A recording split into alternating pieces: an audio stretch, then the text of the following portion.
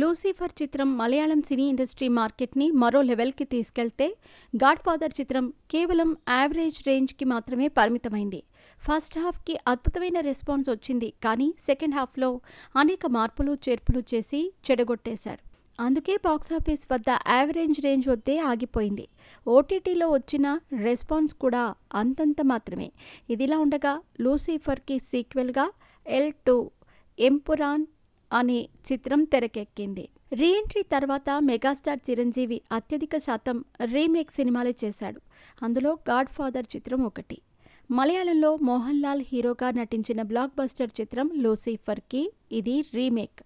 Lucifer చిత్రం Malayalam cine industry మార్కెట్ని మరో లెవెల్కి తీసుకెళితే గాడ్ ఫాదర్ చిత్రం కేవలం యావరేజ్ రేంజ్కి మాత్రమే పరిమితమైంది. ఫస్ట్ హాఫ్కి అద్భుతమైన రెస్పాన్స్ వచ్చింది, కానీ సెకండ్ హాఫ్లో అనేక మార్పులు చేర్పులు చేయటం వల్ల చెడిపోయింది.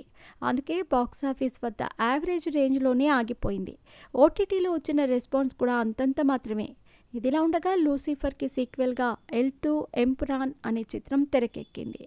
ఈ నెల 27న ప్రపంచవ్యాప్తంగా తెలుగు, హిందీ, తమిళం, మలయాళం భాషల్లో విడుదలవుతున్న ఈ సినిమా ప్రమోషన్స్లో మోహన్ లాల్ చాలా చురుగ్గా పాల్గొంటున్నారు.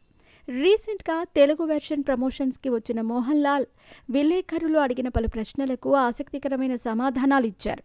ఒక రిపోర్టర్ ఆయన్ని ఒక ప్రశ్న అడుగుతూ, మీ లూసిఫర్ చిత్రాన్ని తెలుగులో చిరంజీవి గారు గాడ్ ఫాదర్గా రీమేక్ చేశారు. ఇప్పుడు లూసిఫర్ సీక్వెల్ వచ్చింది.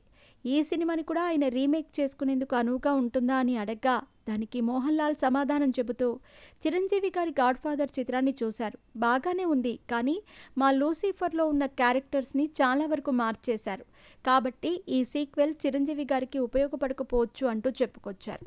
బహిరంగంగా చిరంజీవి గారికి ఈ సినిమా సూట్ అవ్వదు అని చెప్పడంతో సోషల్ మీడియాలో మోహన్ లాల్ కామెంట్స్ ఇప్పుడు హాట్ టాపిక్గా మారింది. ఇకపోతే L2 ఎంపురాన్ చిత్రానికి ఈ ఏడాది అత్యధిక ఓపెనింగ్స్ రాబట్టే సినిమాగా నిలుస్తుంది అనటంలో ఎలాంటి సందేహం లేదు.